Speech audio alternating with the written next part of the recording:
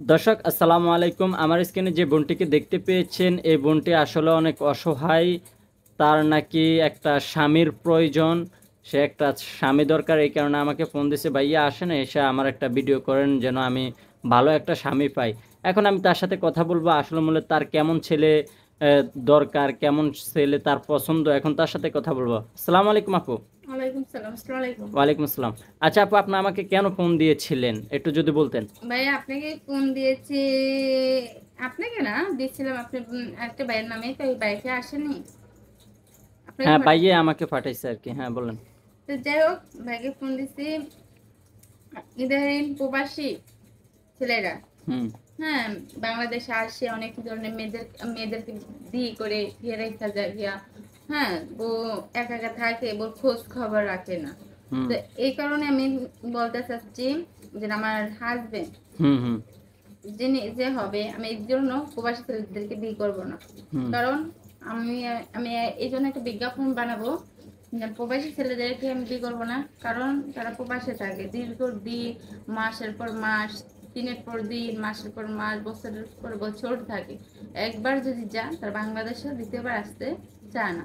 আহ, এই কারণে আমি আপনার ব্যাপারে বলতে মানে আসছি এই না। কারণে আপনি প্রবাসী ছেলেদেরকে বিবাহ করবেন না? হুম, তাইলে কোন ছেলেকে বিবাহ করবেন এই যদি একটু কারণেই তো বলতেন। বিজ্ঞাপনটা বানাবো। হ্যাঁ হ্যাঁ বলেন। আমি যারা দেশে থাকে, গরিব হোক গিয়া, তাতে আমার কোনো আফসোস নেই, কিন্তু মন এবং চরিত্র সব দিক দিয়ে ভালো হইতে হবে। আচ্ছা, ছেলের যদি কোনো টাকা পয়সা না থাকে তাহলে? কোনো সমস্যা নেই, সমস্যা নাই। ভালোবাসা তো আছে, তাই না? হুম হুম। আচ্ছা। মানুষ, মেয়েরা কি ইচ্ছে জানেন? টাকা পয়সা কখনো শুনছেন মেয়েরা অভাবে স্বামীর ঘর ছেড়ে আসছে? না না না, সেটা ঠিক আছে। কখনই, সবসময় মেয়েরা স্বামীর ঘর ছাড়ে কখন? স্বামীর অত্যাচার, দুর্ব্যবহারে, আচ্ছা, অবহেলা। আপনার কোন জেলার ছেলেগুলা বেশি পছন্দ যদি একটু বলতেন। বিশেষ কুমিল্লার। কুমিল্লা? কুমিল্লার ছেলে হলে অনেক ভালো। জি।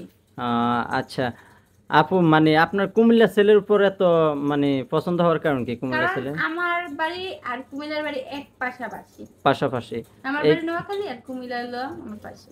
ও, যদি বরিশাল থেকে কেউ যদি আপনাকে বিবাহের প্রস্তাব দেয় এই ভিডিওটা দেখে, তখন আপনি কি কি করবেন? যদি আমার ভাগ্য থাকে, উপরওয়ালা যদি আমাকে বরিশালের ছেলের সাথে বিয়ে লেখা রাখে, তাহলে অবশ্যই বিয়ে কুমিল্লা চোখে একটা পরে আমি কথা বলতে পারি না। হুম হুম, এই যে হুম। আর উপরওয়ালা যদি আমার ভাগ্য লেখা রাখে বরিশাল ছেলেকে বিয়ে, তাহলে আমার অবশ্যই বরিশাল ছেলের সাথে বিয়ে হবে। ও আচ্ছা, যদি অন্য কোনো জায়গা থেকে প্রপোজ করেন অথবা? যাই হোক, আমি একটা কথা বলি, কিন্তু আমার ভালো লাগে না তাই বলছি, তেমন ভালো লাগে না বা ঘৃণা করি, অপছন্দ প্রবাসী তাও না। ও, মোট কথা এটাই বুঝাতে চাচ্ছেন যে কুমিল্লার ছেলে হলে বেশি ভালো হয় আর কি? আরে আমি ভালো লাগে না মানে বিশেষ ভাবে কুমিল্লা ছেলেরা হ্যাঁ আর হ্যাঁ, বুঝতে এবারে ভালো পারছি। লাগে। আর সবচেয়ে আচ্ছা আপু, আরেকটা কথা জিজ্ঞেস আপনাকে করতাম। বললাম একটা কথা, যে প্রবাসীদেরকে বিয়ে করতে কেন চেনেন, সেটা আমি বললামই তো। তারা একবার সহজে আসতেছে না। এদিক দিয়ে যেমন বাপের বাড়িতে, হুম, যখন নানার বাড়িতে আমরা যাই না মাছ ছাড়া, দেখেন কোনো মূল্য নাই, তেমন ওই শ্বশুর বাড়িতে স্বামী ছাড়া কোনো যত্ন নাই। একই তো স্বামী থাকতে হইব, স্বামী রাখত থাকতে হবে, নাহলে স্বামী টাকা পয়সা থাকতে হবে, তাহলে স্ত্রীরা শ্বশুর বাড়িতে সুখী হবে। ও, তার কারণে প্রবাসীদেরকে বিবাহ হ্যাঁ, করবেন না? এই কারণে, নাহলে খারাপ দিক দিয়ে না।